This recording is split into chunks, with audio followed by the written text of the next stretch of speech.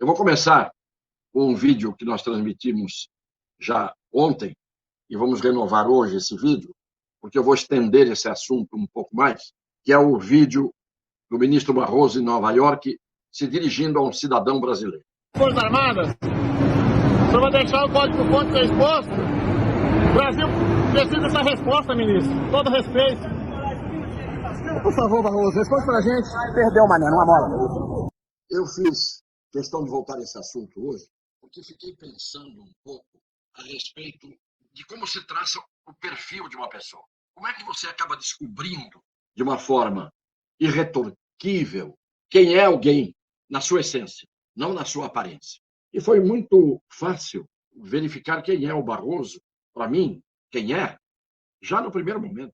Não quem ele era, quem ele é. Ali, lá atrás, em 2, 3 palavras, com uma expressão, com um modo de falar, você descobre logo que tem que colocar pelo menos um pé atrás e manter uma certa distância e não se abrir e não se entregar e não ser absolutamente transparente com ele e com aqueles que são como ele. O Alexandre de Moraes, por exemplo, ele é essa figura grotesca que a gente vem acompanhando de um bom tempo até os dias de hoje.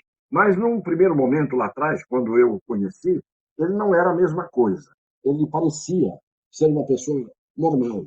Normal que eu digo que era dentro dos padrões mínimos de normalidade. Mas hoje ele não faz questão nenhuma de esconder, até mesmo na expressão da sua face, aquilo que ele é. Se ele mudou porque escondia bem, ou se ele mudou por alguma razão psicopatológica, e talvez possa ser explicada essa mudança por exames, por um psicotécnico, por um exame psiquiátrico, ou mesmo por um exame de imagem, que às vezes nós podemos ter alteração de comportamento por causa de algo que acontece em nosso cérebro, um foco, um tumor.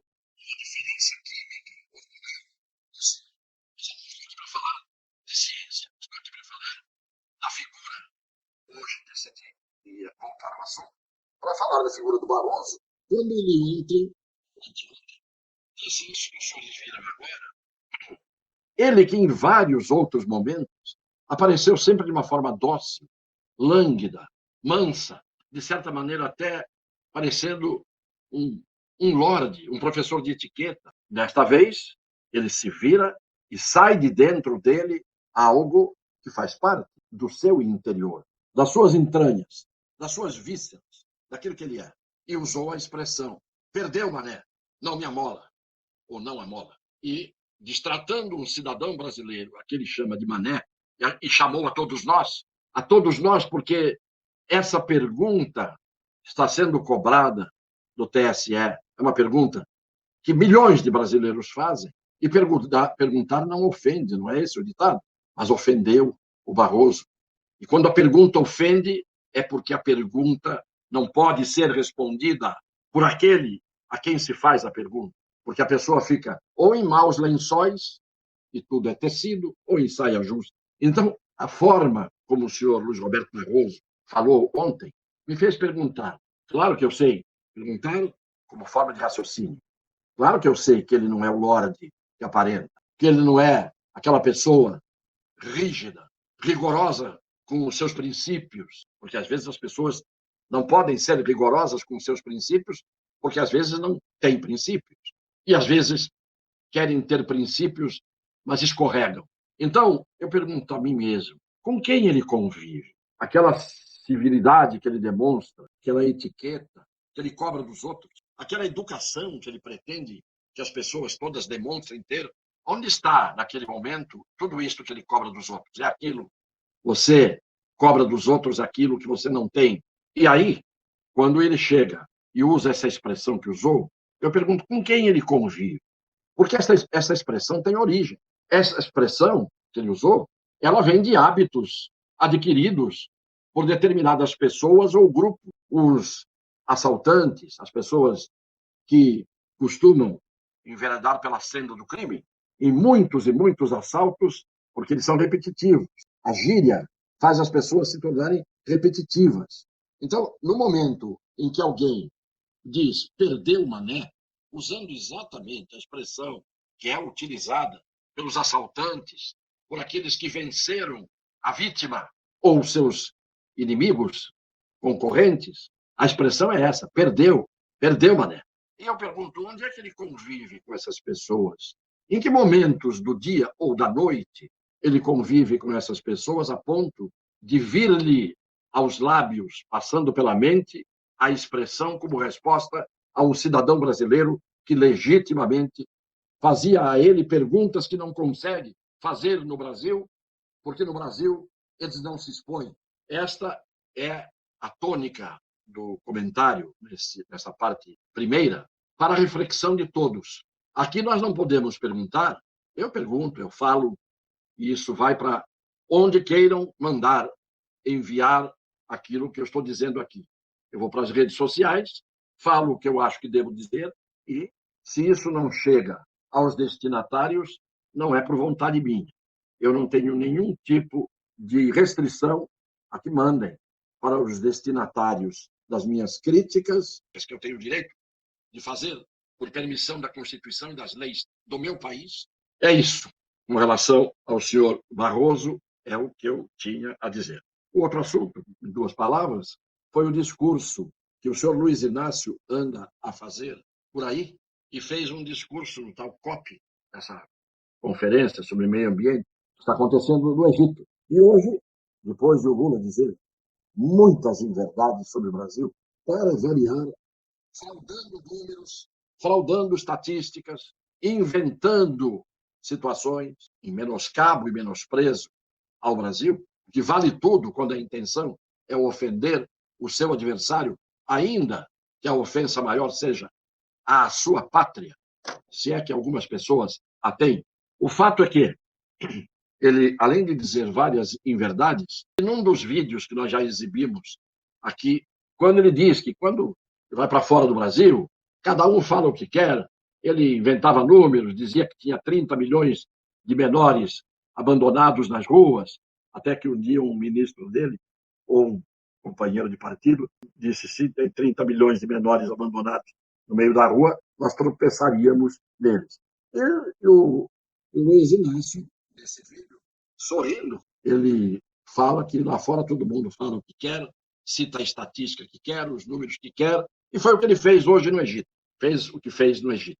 Mas o embaixador, aliás, o ministro do Meio Ambiente, o embaixador também está, mas o Joaquim Leite, ministro do Meio Ambiente, do atual governo, fez um discurso e, de certa maneira, esbofeteou a face de todos os hipócritas que estão ali falando em meio ambiente, colocando o Brasil na cruz, como se o Brasil fosse o grande devastador do planeta e como se o Brasil fosse o responsável por tudo o que há de lesão ao meio ambiente no planeta. Então, o ministro do Meio Ambiente disse na frente de todo mundo, para quem quisesse ouvir, que muitos dos que estavam ali deixaram os seus países carecas, desmataram tudo, que hoje não tem nenhum tipo de floresta, nem mini floresta. Ele disse mais. Ele disse que muito do que se tirou de madeira do Brasil, e se tira do miolo da floresta para não aparecer, vai para a Europa, vai para o hemisfério norte, para o mobiliário de luxo, bibliotecas, grandes móveis, trabalhados, entalhados, desses países, desde a Península Escandinava até a ponta da Europa. Todos esses países estão entulhados de madeira brasileira que é contrabandeada para lá. Então, o ministro do Meio Ambiente disse isso. E disse também que quando todos precisaram se desenvolver, esses países, todos eles devastaram o meio ambiente de cada nação, da própria nação. Agora, quando se trata do Brasil, que assusta pelo potencial de desenvolvimento que tem e quase sempre é impedido por ações externas e por ações internas, por ONGs mercenárias, por ONGs que ganham dinheiro para fingir que estão cuidando do meio ambiente, dos índios, das riquezas, da biodiversidade. Não é? Isso o ministro do Meio Ambiente disse hoje. E esses hipócritas tiveram que ouvir. Eles vêm falar que tem que partir para o uso do carro elétrico. E o ministro disse: Não dá para os padrões do Brasil, pelo preço que custa. Mas os senhores, até anteontem e até hoje, na grande maioria, usam os carros ainda movidos a petróleo, a combustível fóssil, que é altamente poluente. Essas coisas não são divulgadas pela vergonhosa e sólida imprensa brasileira, com as ressalvas que faço sempre as exceções.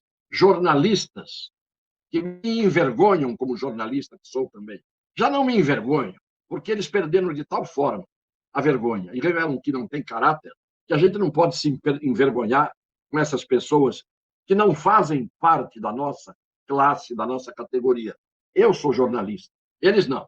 Esses que silenciam, que escondem as notícias, que não mostram o que está acontecendo no Brasil, que mentem, que fazem fake news. Hoje é mais fácil ver as imagens e as manifestações que há 16 dias acontecem no Brasil, depois das eleições, é mais fácil ver em emissoras de TV, em jornais e em revistas de países estrangeiros, do mundo inteiro, do que nos nossos meios de comunicação, seja a televisão, seja o rádio e seja a imprensa escrita. Porque estes, que não são jornalistas, são vendidos, são depravados, são deformados na sua estrutura moral e intelectual. Se é que tem alguma intelectualidade, muitos deles, a grande parte deles. Então, é isso. Enquanto a gente puder ter audiência, o que a gente pode pedir é que multipliquem essa audiência, que levem essa audiência adiante, compartilhando, inscrevendo-se no canal, para que das nossas ideias, outros juntem as suas ideias e a gente vai, pelo menos, deixando no ar para reflexão, até mesmo daqueles que são refratários, antagonistas, a possibilidade de pararem um pouco para pensar. Um beijo no coração das pessoas de boa fé e que Deus os abençoe. Até amanhã, se Deus quiser.